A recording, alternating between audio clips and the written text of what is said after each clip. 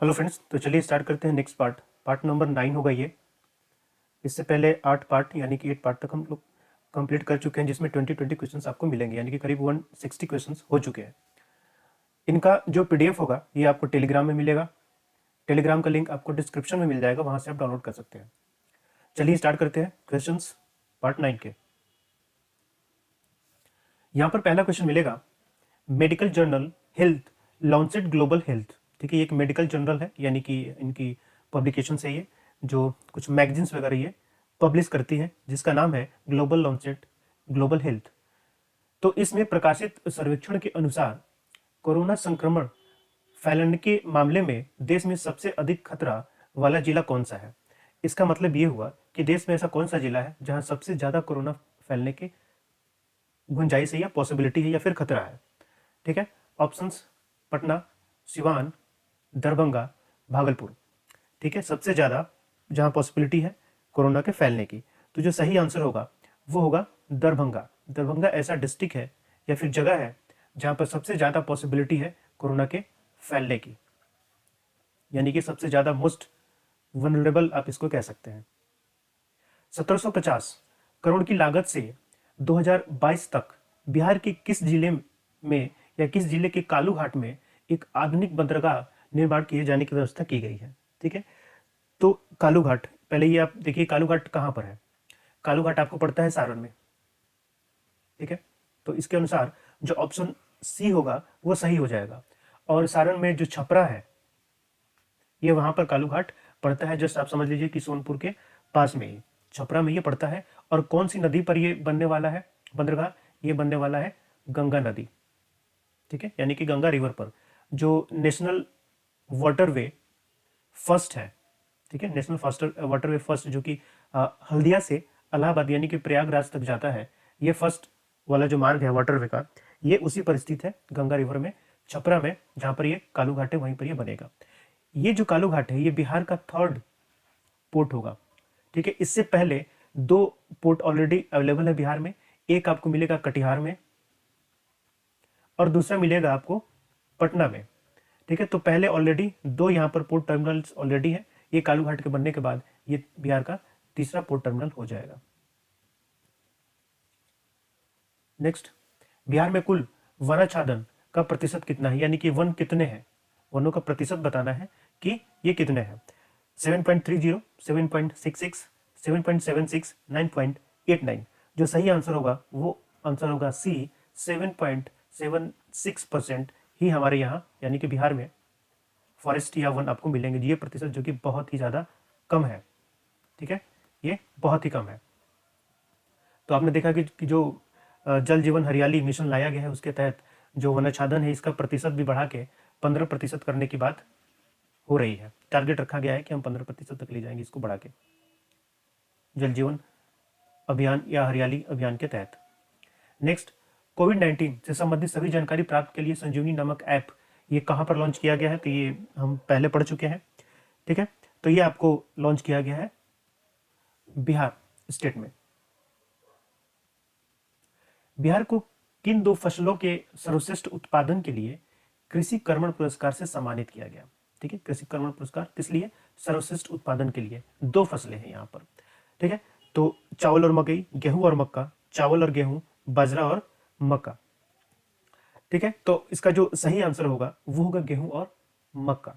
ये रिकॉर्ड उत्पादन के लिए, रिकॉर्ड प्रोडक्शन के लिए हमारे यहाँ बिहार में इन 2 फसलों के लिए कृषि कर्मण पुरस्कार बिहार को दिया गया है। गांधी कैक्टस के फूल पुस्तक के लेखक कौन है, ये सब पूछे जाते हैं। ठीक है, तो ऑप्शंस आपके हैं मनोज भावुक, रविंद्र प्रभात, आनंद मोहन एंड मृदुला सिन्हा। इसका जो सही आंसर होगा वो होगा आनंद मोहन, इनके द्वारा लिखी गई पुस्तक जिसका नाम है गांधी कैक्टस के फूल।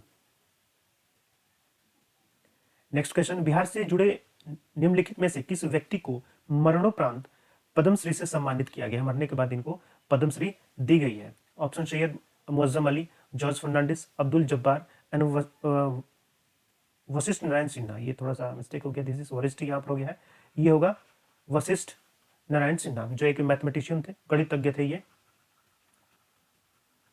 ठीक है, तो जो सही आंसर होगा वो होगा वशिष्ठ नारायण सिंह, इनको मरणोपरांत पद्मश्री प्राप्त किया गया है, इनको दिया गया है।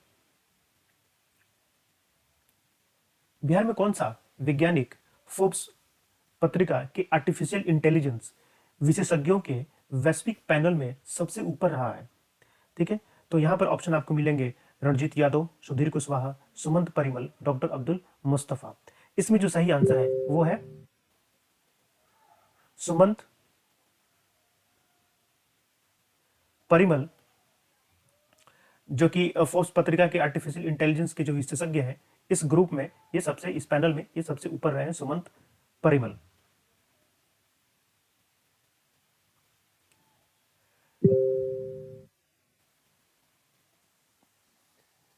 कोविड 19 के बारे में लोगों को जागरूकता देने के लिए बिहार के किस जिले में हेलो सखी चेन अभियान ग्रामीण महिलाओं द्वारा शुरू किया गया? तो इसको भी हम पहले पढ़ चुके हैं। हेलो सखी चेन ये स्टार्ट किया गया था महिलाओं को जागरूक करने के लिए, महिलाओं को कोविड 19 के बारे में बताने के लिए। ठीक है, तो इसमें बताना है कि बिहार में ये कौन सी जगह पर आपको हेलो सखी चेन को स्टार्ट किया गया? मुंगेर, कटिहार, सीतामढ़ी और मुजफ्फरपुर। इसका जो सही आंसर होगा वो होगा मुजफ्फरपुर, जहां पर हेलो सखी चेन इस अभियान को स्टार्ट किया गया महिलाओं को कोविड 19 के बारे में जागरूकता लाने के लिए। बिहार के मधेपुरा जिला में स्थित इलेक्ट्रिक लोकोमोटिव फैक्ट्री में निर्मित 12,000 एचपी यानी कि हॉर्स पावर के इलेक्ट्रिक लोकोमोटिव का नाम क्या है? ठीक है, तो इसको भी हम पहले पढ़ चुके हैं। इसका आंसर क्या होगा? इसका आंसर हो गया WG वैग 12B। ठीक है, तो इस यहाँ पर भी आपको रिवर्स क्वेश्चंस मिल सकते हैं कि कितने हॉर्स पावर का है, ये आ सकता है किस जिले में इसका निर्मित किया गया है, यहाँ पर ये आ सकता है। एक हमने और भी पढ़ा था कि एक 6000 हॉर्स पावर का एक डीजल इंजन भी तैयार किया गया है। तो इस 6000 हॉर्स पावर के डीजल इंजन का नाम क्या है इस? ठीक है, तो इसका नाम है गजराज, इसके बारे में पढ़ चुके हैं। ठीक है, उसी तरीके से ये डीजल इंजन है, ध्यान रखिएगा 6000 एचपी वाला डीजल इंजन है, लेकिन ये 12000 एचपी वाला ये एक इलेक्ट्रिक इंजन है और इसका नाम है वाग 12B। बिहार में कृषि कार्य करने के लिए प्रति यूनिट बिजली की दर क्या है? ठीक है, यानी कि जो खास करके सिंचाई वगैरह में हम बिजली का यूज़ करते हैं, पानी को अगर हम ग्राउंड से लेके आ रहे हैं यानी कि अंडरग्राउंड से लेके आ रहे हैं तो वहाँ तक लाने के लिए, फिर नहरों से भी पानी आती है तो उसको अपनी खेतों में लाने के लिए हमें पंपिंग सेट या फिर जनरेटर्स इनका यूज़ करना पड़ता है। तो वहाँ पर जो बिजली यूज़ होती है वो कितनी है प्रति यूनिट, उसका चार्ज क्या है ये आपको बताना है। 35, 35 पैसा, 55 पैसा, 65, 65 पैसा और 75 पैसे। ठीक है, तो इसका जो सही आंसर होगा वो होगा सी, 65 पैसे पर यूनिट यहाँ पर बिजली की दर पड़ती है बिहार में कृषि कार्य करने के लिए। 2018-19 में बिहार की अर्थव्यवस्था में प्राथमिक क्षेत्र का योगदान कितना था? प्राथमिक क्षेत्र यानी कि प्राइमरी सेक्टर होता है, जैसे कि आपको एग्रीकल्चर हो गया, बिहार में एग्रीकल्चर ज़्यादा होता है, माइनिंग वगैरह तो उतनी होती नहीं है। माइनिंग, एग्रीकल्चर, ये सारी चीज़ें जो आती हैं, या फिर जो एग्रीकल्चर में भी आपको पशुपालन हो गया, हॉर्टिकल्चर हो गया, ठीक है, ये सारी चीज़ें आ जाएंगी। तो इस प्राइमरी सेक्टर का योगदान कितना था 2018-19 में बिहार की अर्थव्यवस्था में? 21.3, 19.7, 21.9 एंड 22%। तो इसका जो सही आंसर होगा बी, 19.7 यानी कि 19.7% ये प्राइमरी सेक्टर यानी कि प्राथमिक क्षेत्र का योगदान रहा है बिहार की अर्थव्यवस्था में। यानी कि खुद देखिए कि कितना प्रतिशत, लगभग 80% से ज़्यादा, मोर देन 80% यहाँ पर बिहार की जनसंख्या कृषि कार्य में लगी हुई है या फिर गांव में रहती है। ठीक, और इसका जीडीपी में, बिहार के जीडीपी में योगदान मात्र करीब 20% के ही आसपास है। ठीक है, तो फिर यहाँ पे जस्टिफाई नहीं होता कि 80% से ज़्यादा जनसंख्या कृषि कार्य में लगी हुई है लेकिन उसका इकोनॉमी में योगदान महज 20% ही है। खैर ये हमारे इंडिया के लिए भी, होल नेशन के बेसिस पर भी ट्रू है। वर्ष 2018-19 में बिहार की शुद्ध प्रति व्यक्ति आय यानी कि पर कैपिटा इनकम यानी कि प्रति व्यक्ति आय कितनी है बिहार में?